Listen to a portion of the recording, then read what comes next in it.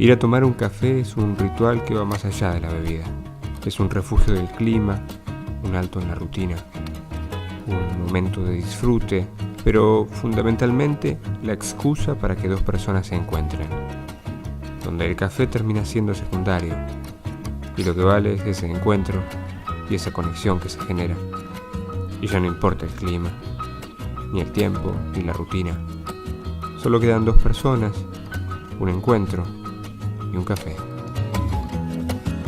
If you wanna be my friend, you want us to get along, please do not expect me to wrap it up and keep it there. The observation I'm doing could easily be understood as cynical demeanor, but one of us misread. What do you know? It happened again.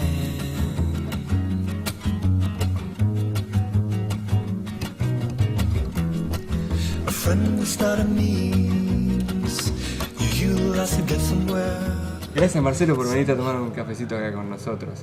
Es un gusto, No, la verdad que es un gustazo es nuestro. En este marco, el mar, bueno, por lo que hemos visto de tu vida y de tus cosas, es como un lugar importante también para vos, ¿no? Se volvió uno de los más importantes, te diría. ¿Sí?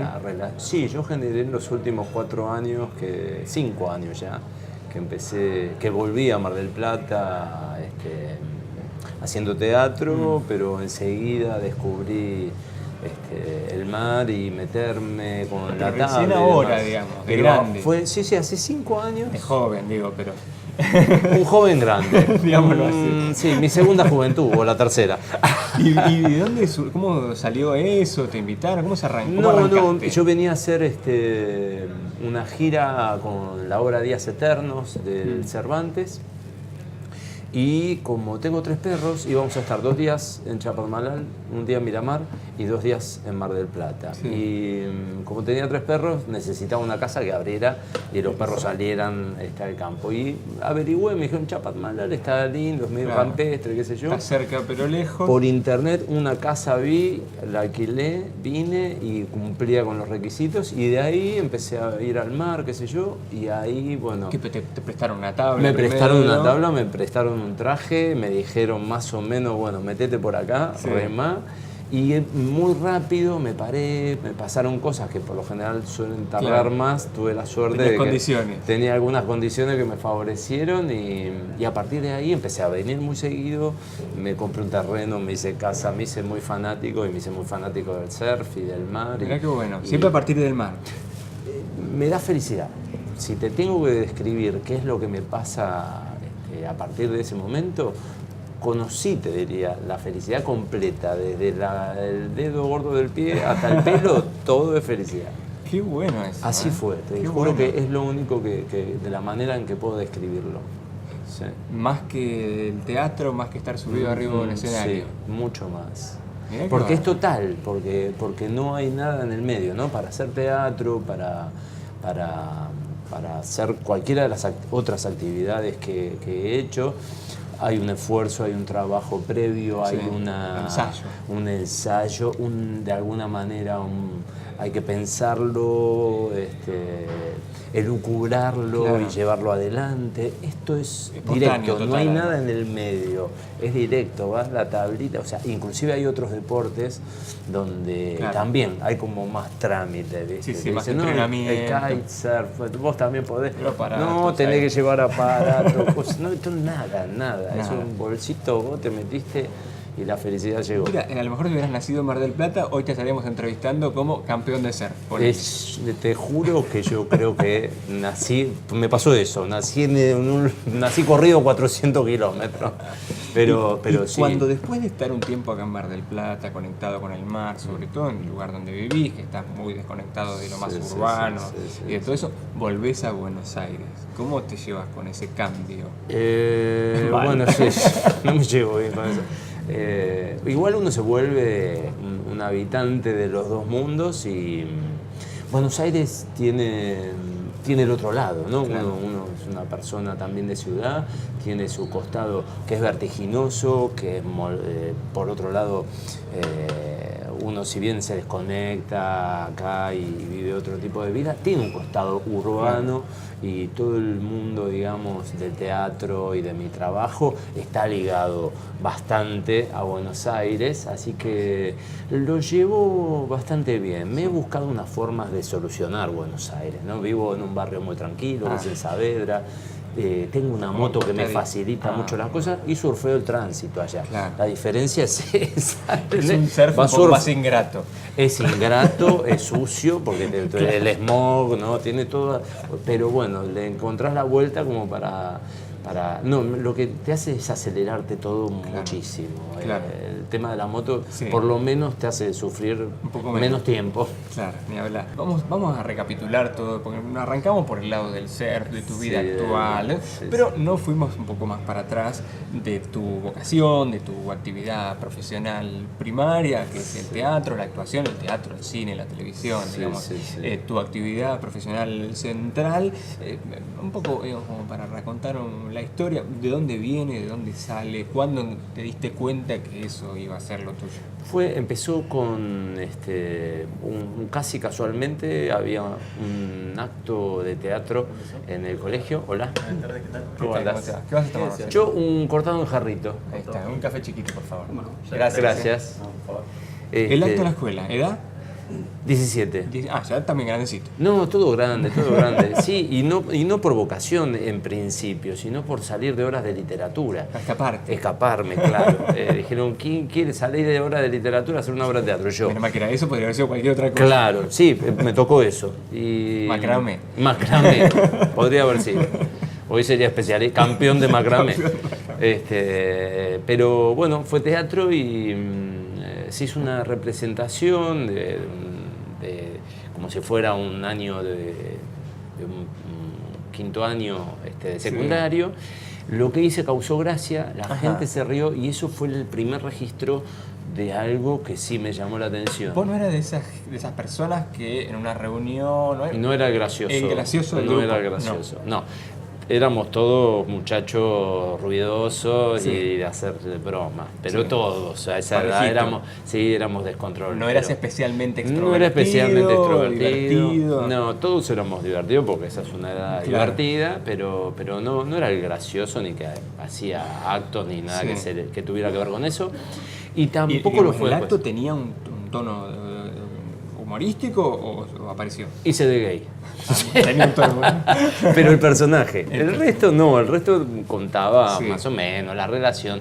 Le había escrito el director del colegio. Bueno, no era un clásico precisamente, pero bueno, era divertido. Y hiciste reír. Pero yo hice reír, o sea, hubo algo mío que evidentemente funcionó ahí. Después yo no seguí con eso fue nada más que una referencia. Empecé veterinaria, terminé enseguida. Cuando abrieron al primer animal, lo cortaron todo y lo volvieron a coser, dije, ya está, esto no es para mí. Suficiente. Me puse a laburar y... ¿De qué? ¿Cualquier cosa? De cualquier cosa, de busca, que fui de todo, di clase de manejo, clase de gimnasia, de todo. Y después de eso empecé en un momento un seminario de comicidad con Norman Brisky. Norman Brisky vuelve al país en el 85 y dice seminario de comicidad. Y eso sí me llamó la atención, esa referencia de haber hecho reír. Y yo lo que le dije a él fue, la gente me mira y se ríe, y no sé por qué. Quisiera averiguarlo. Claro. Y así por lo menos aprovechémoslo. Claro, quiero por lo menos saber de que se están riendo, así me río yo también. La cuestión fue que a partir de ahí empecé a encontrar como un mundo, porque sí, Norman es una persona muy buen maestro. Gracias, adelante. Es un gran maestro de actores y entonces él hace que vos encuentres algo, qué es lo tuyo que tiene que ver con esto, ¿no? Tu identidad como cómico, como actor. ¿Pero vos te formaste ahí como actor cómico? Como cómico, ni siquiera como actor cómico. Yo te diría como cómico, porque algunos cómicos no son ni siquiera actores. Unos venían de la música, éramos bichos raros. No estábamos muy relacionados al teatro.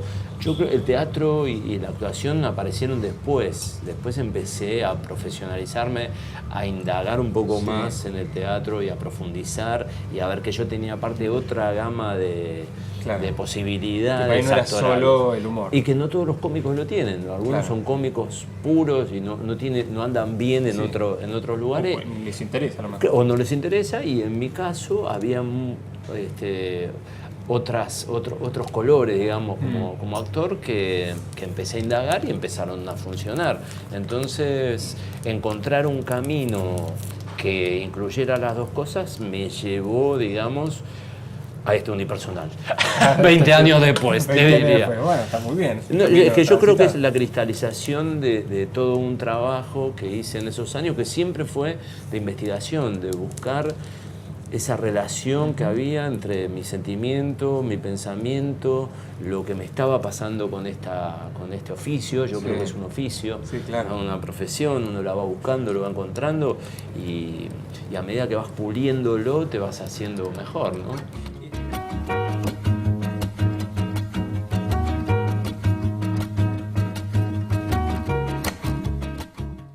Consultorio Odontológico Primera Junta. Particulares y obras sociales. 472-3164. Porque nos gusta verte sonreír.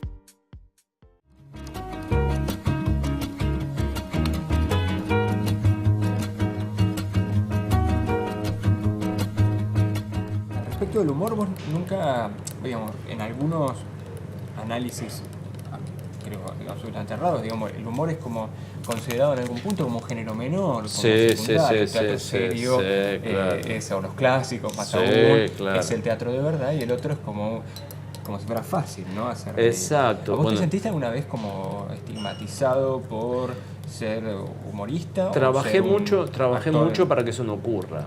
Yo trabajo mucho para que eso no ocurra, para que no puedan meterte en un solo lugar. Y creo que hasta ahora he logrado que no me puedan clasificar ni calificar de esa manera. Pero sí me río un poco, en el espectáculo me río un poco de ese... Porque hay una pasión, es un cliché. El cliché para mí es, en particular en los actores argentinos y en nuestra... Me parece que tiene que ver con nuestra identidad. Eligen para hacer algo importante Shakespeare, Hamlet. Un príncipe inglés, un príncipe dinamarqués, un rey inglés. Y si vos sos un muchacho de flores y decís mi lord, ¿quién te va a creer? Es muy difícil de creer. Está bien, el público hace el esfuerzo. Te está ayudando mucho, pero la corona de plástico. Me estás pidiendo mucho. Entonces, un poco yo en el espectáculo he tomado un poco el pelo a eso, porque un poco de venganza y un poco de que creo que es un análisis que deberíamos hacer, porque tenemos nuestros propios clásicos, tenemos cosas que están mucho más cerca nuestros y que son mucho más, es mucho más importante para mí contar algo que está cerca nuestro, que pasa acá, que pasa que vive, mucho, que resuena junto con ese público, ¿no? Y con la exactamente, porque vos lo haces para el público. Ahora, bueno,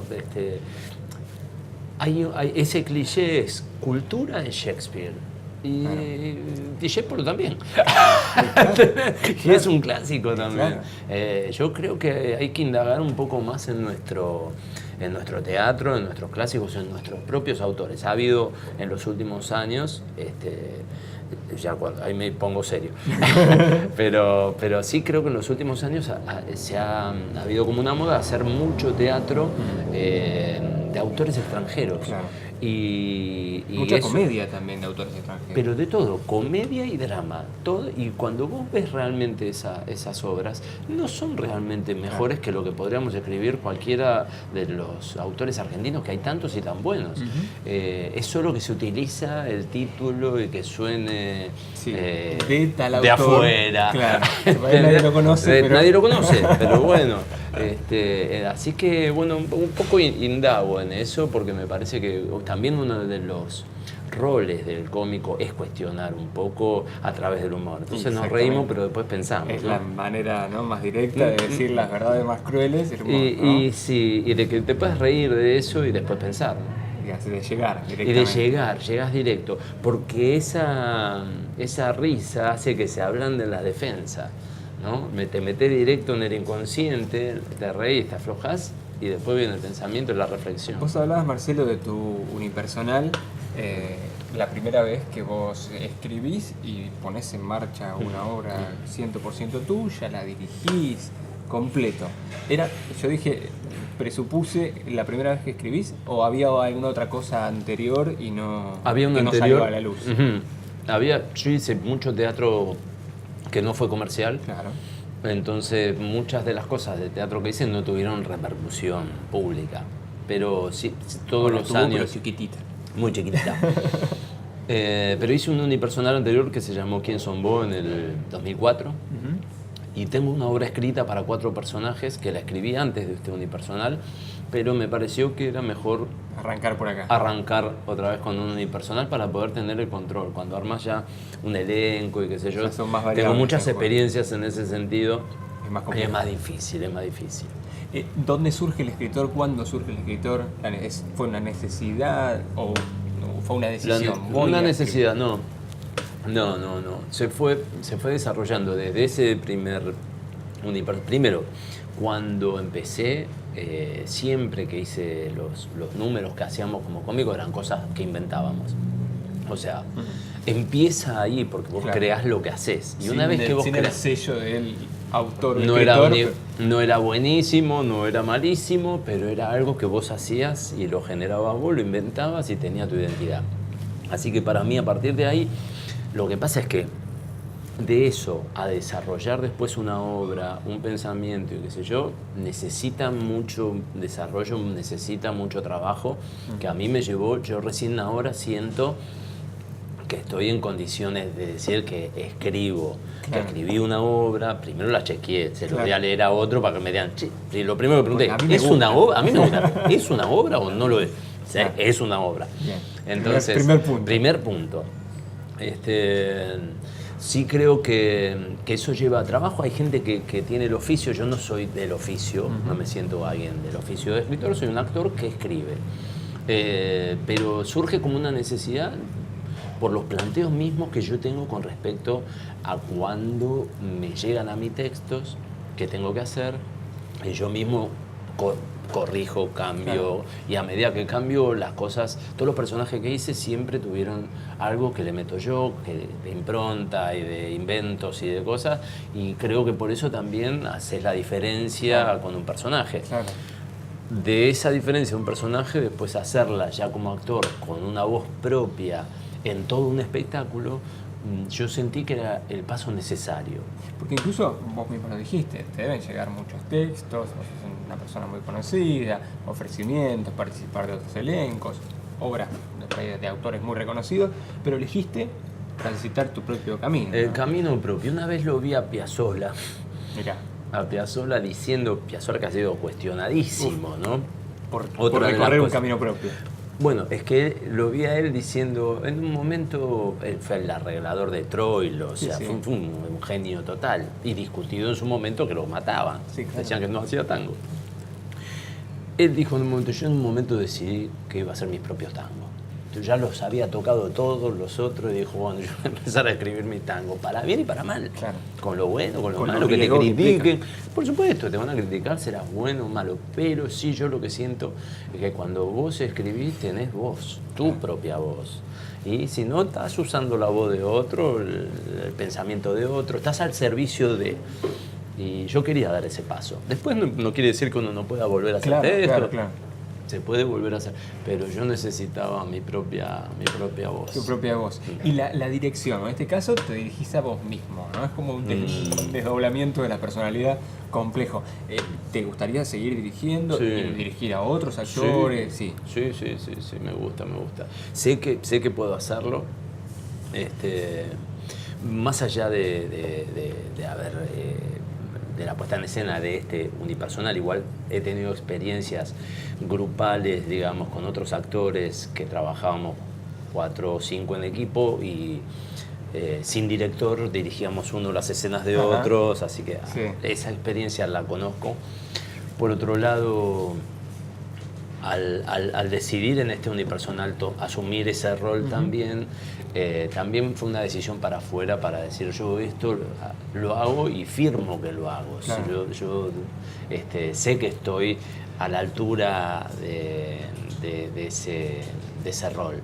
Entonces, más allá de que después le surjan o no propuestas al respecto, yo lo voy a seguir haciendo porque es algo que disfruto y porque creo que es útil mi participación desde ese rol. A veces lo firmo y a veces no. A veces lo hago desde las sombras. Lo sondeás, Claro. How come no one told me all throughout history? Consultorio Odontológico Primera Junta. Particulares y obras sociales. 472-3164. Porque nos gusta verte sonreír. The loneliest people were the ones who always spoke the truth, the ones who made a difference.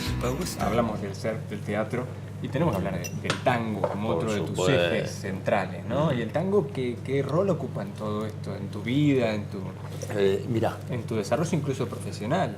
Muchísimo. Y personal, porque el tango fue un encuentro posterior al teatro. Ajá. Cierra el Paracultural porque lo cerraron por ruidos molestos, bueno, unas cuestiones increíbles. Y nos quedamos ahí con Omar Viola boyando con el teatro vacío y trajo un par de profesores de tango. Esto fue en el año 95. Sí. Todavía no había esta movida del tango. Los jóvenes van a bailar. Estaba medio muerto estaba muy ligado, ¿viste? A lo viejo, entonces se lo veía como algo antiguo. Había sido, ¿viste? Todo ese destape, Luca Prodan, todo el rock nacional. Entonces y los lugares de tango, alguna gente joven que iba o que me contaba, yo todavía no iba, estaban medio boletón, 4 o 5 personas mayores que iban a bailar, que sostenían el mostrador, pero ahí empezamos las clases, vinimos algunos jóvenes, en ese momento jóvenes. No, me gustaba porque siempre escuché, pero escuchaba como escuchaba toda la música, a mí me gusta toda la música. Escuchaba las cosas que escucha todo el mundo, Gardel, Sosa, los clásicos y algunos más. Y en ese momento empecé a bailar, empezaron a venir, también venían bailarinas jóvenes que estaban bailando en Europa y que cuando bailaban en Europa le decían: Argentina, ¿bailás tango? No bailo. Empezaron a venir a aprender. Entonces, como empezaron a venir chicas jóvenes, empezaron a venir los señores grandes. Y los señores grandes eran los que sabían. Y nosotros empezamos a aprender de rebote, porque yo agarraba a las pibas. Y de rebote las agarrábamos nosotros para que practiquen con nosotros. Y así se empezó a generar un intercambio entre la gente joven. Se renovó ese vínculo de los grandes dándonos los pasos a los más jóvenes. Y yo creo que ahí empezó esa movida que ahora se volvió... Esto que se volvió festivales de tango, volvió a ser algo representativo de los argentinos. Ahora vienen de todos los países del mundo a bailar. Todos los días en Buenos Aires hay milongas, en Mar del Plata hay muchísima movida también.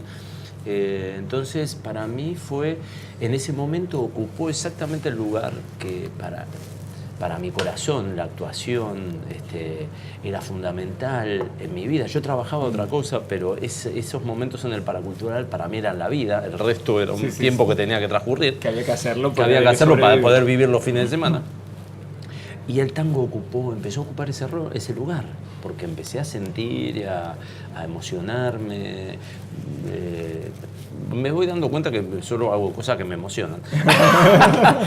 Tuve la suerte, digamos, y encontrarlas, ¿no? Y el tango, en un punto lo comparo con el mar, ¿viste? Un día te metes así, mirás cómo está la cosa, ¿está bueno? Sí, más o menos. A veces está picado, a veces te rebota. Y tiene que ver también con fluir, ¿no? Y tiene que ver con fluir, y tiene que ver con ser uno con volar, la música, con o ser uno con el mar. Exacto, ¿no? con el otro.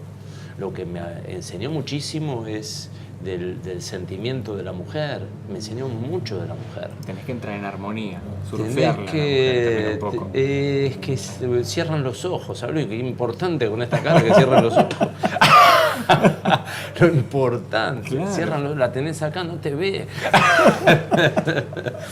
Y mirá también, vinculo un poco lo que vos decís, esta búsqueda de tus propios textos o de encontrar aquella identidad cultural que vibre más con nuestro propio ADN, también en esta búsqueda del tango como lugar donde anclarse, ¿no? Es como que también, evidentemente para vos, es importante, ¿no? Encontrar las raíces culturales y explorarlas. Sí, ¿no? sí, soy muy fan argentino, muy argentino. Pero me viene también por adentro, ¿no? Son cosas, yo siento que las cosas no fueron especuladas, sino que han venido desde adentro y también me han chocado, me las he llevado puestas, no que yo andaba buscando, sino que me encontraron. Una cosa se fue encadenando con la otra. Sí, se me fue llevando. A lo mejor la clave es eso que vos dijiste, ¿no? Es hacer aquellas cosas que te hacen sentir bien, que te emocionan. Tal vez es eso. Evidentemente eso es lo único que funciona, ¿o no? La intuición parece que es andar.